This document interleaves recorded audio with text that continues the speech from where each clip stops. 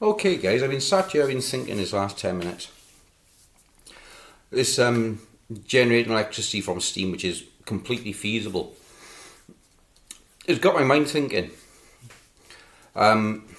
These electric cars, which the governments of the world want everybody to buy, plug-in hybrids, plug-in electric, you're still buying electricity.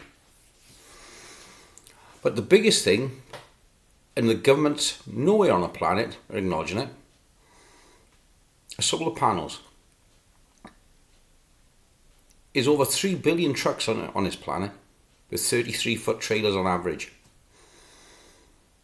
That's a lot of roof space. Why aren't they putting solar panels on the roofs of the trailers? Solar panels on the sides of the trailers? The amount of electricity alone generated there is untapped resources. Your average truck these days got 6 axles, 3 on the trailer, 3 on the unit. Why aren't they putting an alternator on the back of the hubs, on the axles of the trailers of the unit? Why aren't they putting an alternator on the prop shaft or drive shaft of the tractor unit? Which brings up the next thing then, underfloor on a trailer. Tune the drive unit of the tractor, driving axle, and the front axle of the trailer. You got roughly 20 feet of empty space, 10 feet wide, for storage of capacitors or batteries. The front of the cabs, European trucks are cab overs, flat front trucks. Why are they fitting Venturis to the tops of the roofs with wind impellers, turbines for generating electricity? They're about efficiency and saving money. If this is true, why aren't they doing it? Technology's been around for decades. I'll tell you for why. Tax, governments. The more they can charge you for fuel, the more the government gets back in tax. If everybody switched over to electric tomorrow, I mean everybody switched to wind turbine, solar power, hydroelectric power, generating your own power, how much tax would the government lose? Millions of cars on the road, billions even.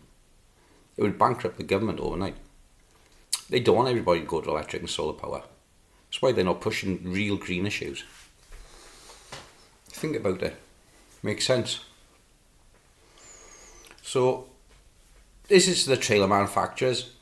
Packard, Peterbilt, Kenworth, Frohoff.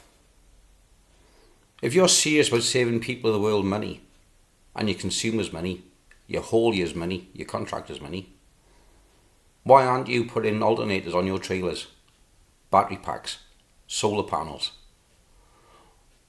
The manufacturers, why aren't you using that massive slab-sided front of the truck to generate electricity?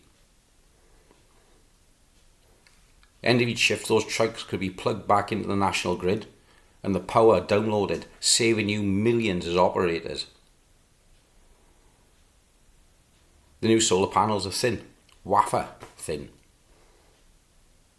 And I know I've driven for a couple of top brands, I'm not saying no names, but one Sunday I was called into work and I took a 44-footer from Bristol to Cornwall.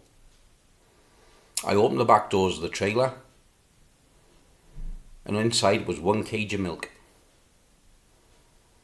about 30 bottles of 5 litre cartons of milk. 44-foot truck. Who picks up that cost? You do, the consumer. Another time, I was driving for a dairy, not saying no names, and I'd loaded up the tank, went to Chadwell Heath in London, and there was French tankers in there. I was sent back to England somewhere, Gloucester. The entire tank was dumped. The silos was full in London. There was French tankers queuing, and local produced milk from local farms was dumped. I've seen it dumped on fields everywhere.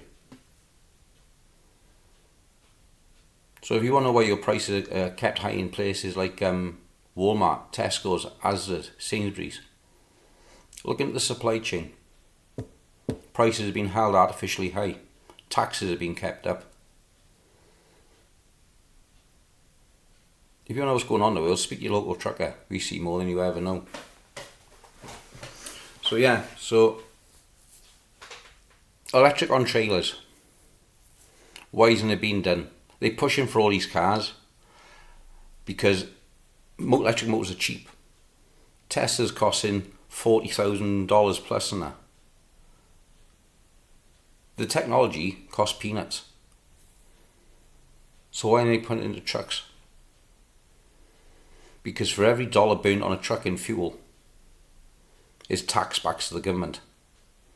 Putting the price up on fuel, it puts the tax up. If you're paying 10% tax on fuel, for every $10 burnt is £1 to the government.